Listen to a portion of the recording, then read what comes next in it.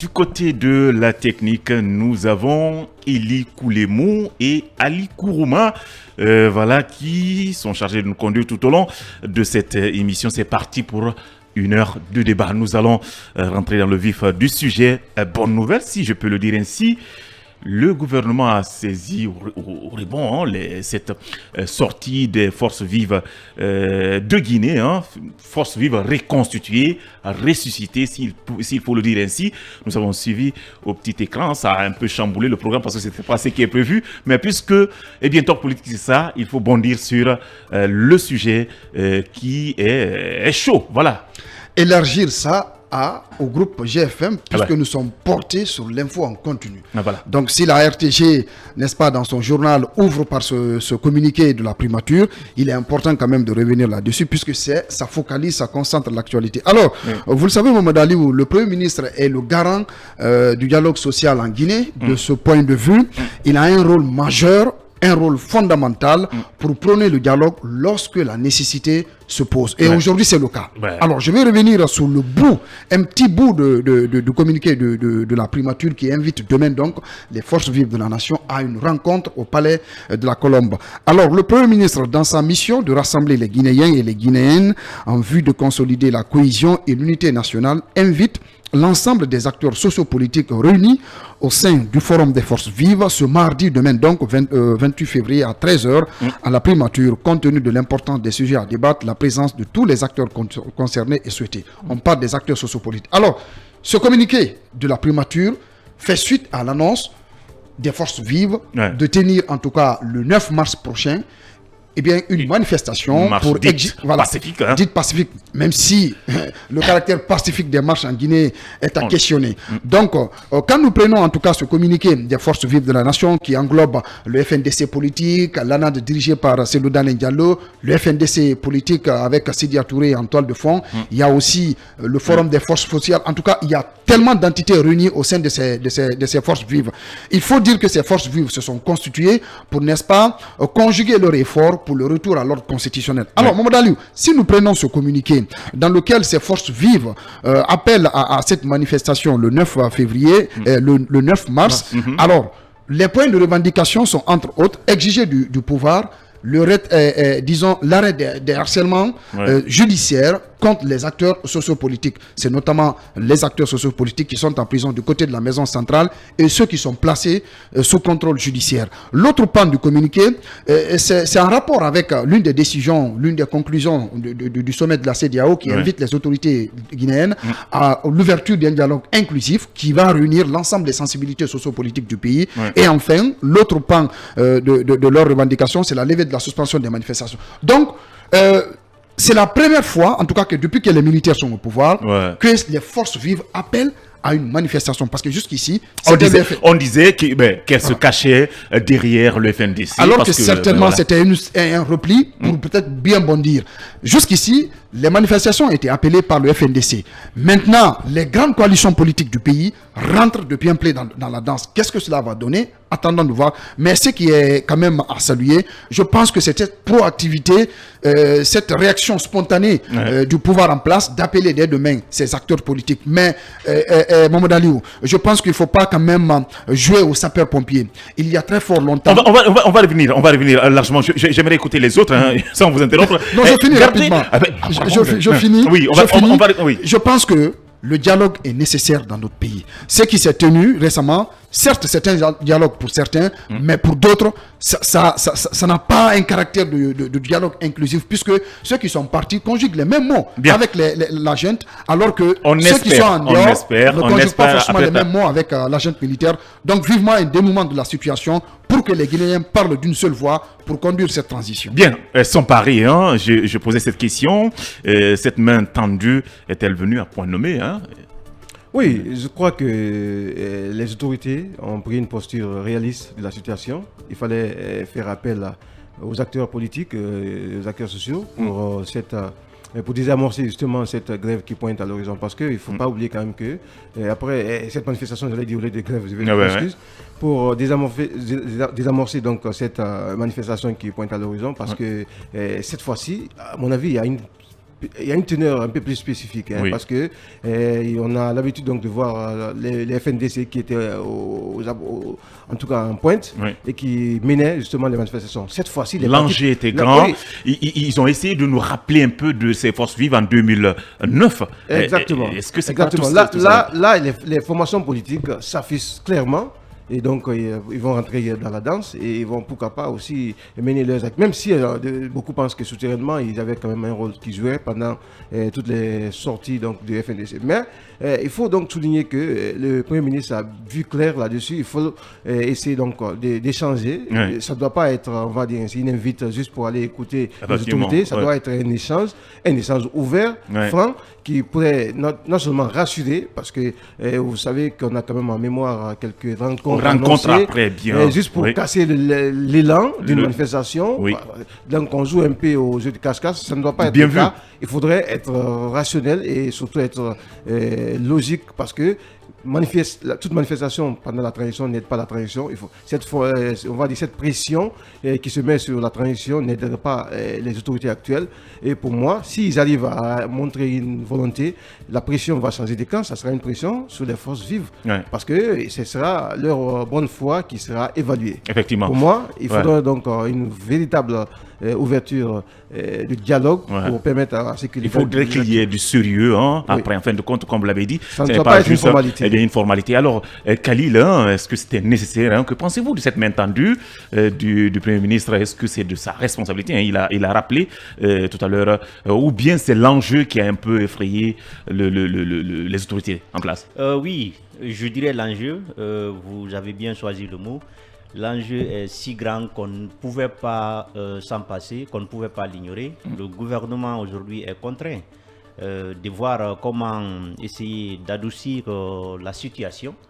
Parce que quand c'est seulement le FNDC, peut-être qu'on pourrait mesurer l'enjeu de ces manifestations, mais lorsque c'est étendu à toutes les forces vives de Guinée et constitué des grands partis politiques qui sont donc le RPG, la NAD, le FNDC politique et d'autres coalitions qui ne sont pas des moindres, il faut dire que ces manifestations pourraient avoir un grand impact sur la vie des Guinéens, sur les opérations économiques de notre pays.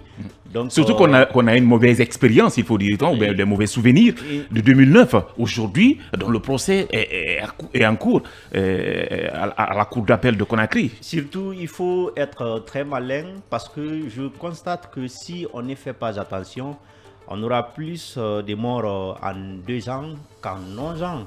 Et je ne le souhaite pas, mais nous tendons vers ces scénarios parce que vous avez remarqué déjà qu'il y a plus de 17 morts qui sont déjà enregistrés suite à ces manifestations. Et chaque fois qu'il y aura manifestation, il faut comprendre qu'il y aura des morts. Et ces morts-là ne vont pas embellir cette transition, ça va plutôt l'assombrir. C'est pourquoi il est de l'obligation des autorités de prendre la situation en main. Mais je veux aussi dire que je ne crois pas à cette main tendue. J'en suis très pessimiste. Ne soyez pas pessimiste jusqu'à ce point. Nous avons tous besoin d'encourager ça. Eh bien, on ne peut pas continuer quand même. Je vous dis, avant qu'on en arrive là, vous savez que c'est le même Premier ministre qui était devant, avant qu'on en arrive là. N'oublie pas qu'il a organisé quand même un premier dialogue qui a foiré, qui a carrément échoué.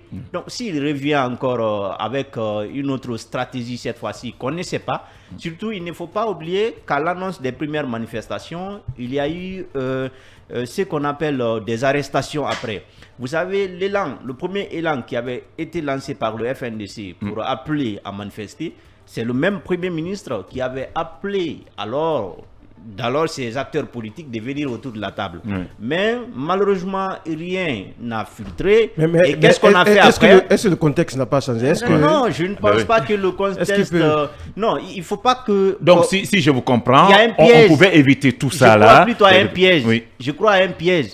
On va les appeler, on va essayer de les décanter qui sont devant ces manifestations. Et après, ça va suivre des arrestations. N'oublie pas. D'accord. Ce que je dis, je suis très sérieux là-dessus. D'accord. Parce que déjà, on en a une expérience.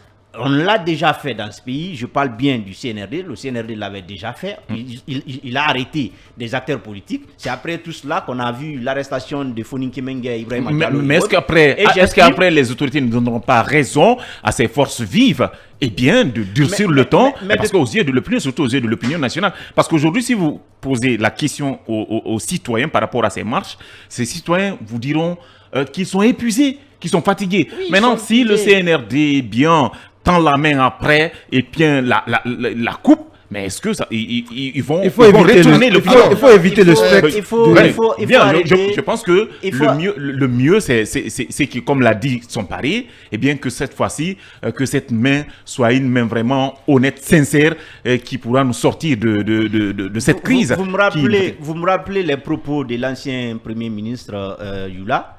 Non, c'était pas Yula, comment il s'appelle? C'est lui qui avait Merci, Béavogui. Béavogui, il avait voulu une main sincère, une main franche, mais vous savez comment ça s'est terminé. C'est après cela, on a eu le Premier ministre Goumou, qui est actuellement en action. Il faut comprendre que ce qui se passe est la résultante aussi d'une pression, non seulement de la communauté internationale, mais aussi de la communauté nationale. Parce qu'aujourd'hui, il ne faut pas oublier. Mais espérons-le, ça ne doit pas être considéré comme un échec des autorités. Je pense que les autorités ne doivent pas peut-être penser que là, je pense que c'est extrêmement important. Alors aujourd'hui, l'autre question, comment les forces vives doivent réagir à présent à cette main tendue, rapidement? Moi, de mon point de vue, Mohamed Aliou, la Guinée ne peut pas se construire sans les Guinéens. La Guinée, ce pays doté d'immenses richesses sous-exploitées, dont l'exploitation rationnelle peut permettre aux communes des Guinéens de bien vivre, ne peut pas se construire sans les fils et filles de ce pays. Si les autorités de la transition, en tout cas, invitent les forces vives à une rencontre, je pense qu'il faut aller répondre. Il faut aller écouter les autorités. On ne peut pas continuer toujours à refuser les rencontres. Voilà. Parce qu'on il faut aller les écouter. Personne n'a dit de ne pas répondre. Oui, maintenant c'est son souhait. Aujourd'hui, c'est son souhait. On aimerait vraiment. C'est important d'aller les écouter. Il faut savoir. Parce que demain, c'est possible. Oui. Demain, vous allez les entendre dire que, non, on ne peut pas aller. Pendant ce temps, ce sont eux qui réclament des rencontres. C'est important. Ce que Khalil dit aussi a du sens. C'est-à-dire, il faut aller les écouter. Quand on les écoute, en ce moment, on tirera synthèse et conclusion de ce qui a été dit. Est-ce que ça va dans le sens de l'apaisement ou pas? Je pense qu'on ne doit pas continuer à jouer au jeu du dupe. Il faut que les autorités de la transition mettent du sérieux dans le cadre de l'instauration, de l'apaisement pour un dénouement heureux de cette transition. Merci. Qu'on souhaite en tout cas comme la dernière dans notre pays. Mais quand même, il faut aller quand même écouter les autorités. Il faut les mettre. Comprendre ce qu'elles ont envie de dire. La position. Il faut les mettre à l'épreuve parce que naturellement, on ne peut pas préjuger. Aujourd'hui, je pense, à mon avis, que la situation a évolué. Au début, on avait un discours où on négligeait les FNDC, où on avait, on va dire, une posture de réductionniste de leur influence. Aujourd'hui, les dernières manifestations ont prouvé que leur appel, même en dehors de la Guinée, peut avoir un impact sur l'activité de la Guinée. Conakry. Et aujourd'hui, je pense qu'ils ont tiré les leçons. Il faut donc mettre les autorités à l'épreuve, qu'ils montrent un manque donc de volonté, de sincérité. Sinon, la main tendue déjà, c'est une annonce. Je pense que c'est un pas.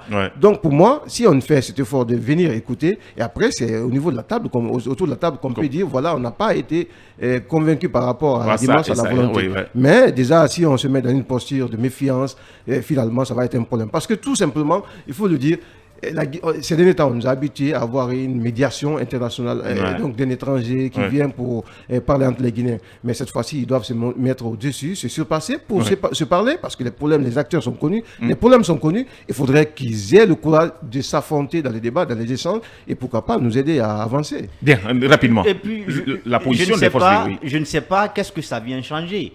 Parce qu'il ne faut pas oublier que pour la première fois... Qu'est-ce qui vient changer quoi? Cette main tendue, main tendue, ça vient changer quoi?